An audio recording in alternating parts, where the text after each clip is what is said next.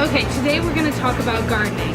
And I know the first thing you think of is like that it's weird old ladies that all get together and they like talk about hydrogenas and whatever those weird kinds of plants are. But no, we're talking about growing your own food. I'm talking about planting a tomato plant. That's what we're gonna be doing today. Gardening will save you money, it'll give you responsibility, and plus it's just a great way to have fresh local food that you can eat and use in recipes. I promise you it'll taste better than the store brand. So let's get started. Things that you'll need to plant your tomato plant. You'll need gloves, just so you don't get your hands dirty. A shovel. You'll of course need your tomato plant. And mine is a beautiful early girl 50 days plant. So this needs 6+ hours of sun. So you want to make sure that you find an area that's going to get at least 6 hours of sun a day. And of course, you need your potting soil and a large pot because again, although this plant looks small now, it's going to grow. So it's going to need a lot more soil and a lot of area inside the pot. So the first step we want to do is if you bought a plant, most of them come in a biodegradable pot already, so you don't have to remove it. But you do have to cut the plastic layering off of it because that's not biodegradable. So we're going to cut and remove that.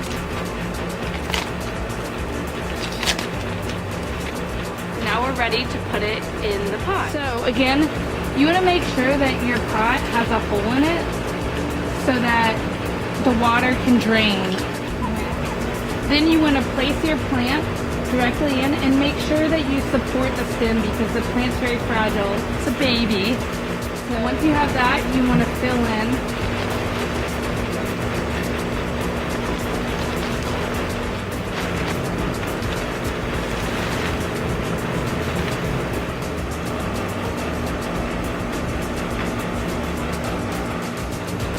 Once your plant is planted, you'll want to put a stake in it. You can just get it in there really deep. This is going to help support the plant as it grows so it doesn't break and fall over. You'll need to cut a few strips from a t-shirt. And what you're going to do is just near the base, tie it around so that it acts as a support, a growing friend. Want to put some of this dirt in there? Do it now or are you filming? Set your hose to shower setting and then water your plant enough so that water is leaking through the bottom of the plant. And that's all you do. Now you're done. You have your tomato plant and you just wait, and in about, let's see, this says 50 days, you'll have your own tomatoes. Now you're probably excited and you want to know, what else can I plant? Well, fresh herbs. Here we have fresh rosemary.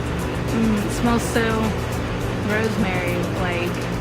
And there's just so many other fresh ingredients. This, I just grabbed these sprigs, put it in ingredients and recipes, what it's called for, and it just adds so much more flavor than like the dry, nasty stuff that just sits on your spice rack. I don't know when was the last time I used those because this is just so fresh and available. And look how much of it is. You buy a small plant and voila. This plant right here is fresh mint. So, I think I just inhaled a bug. Anyways, fresh mint. I've used this to make fresh mint chocolate chip ice cream. It doesn't necessarily taste as sweet as a store brand, but it's great. Really, fresh herbs are just another thing you can grow in your garden, and it adds a little bit of extra kick to recipes.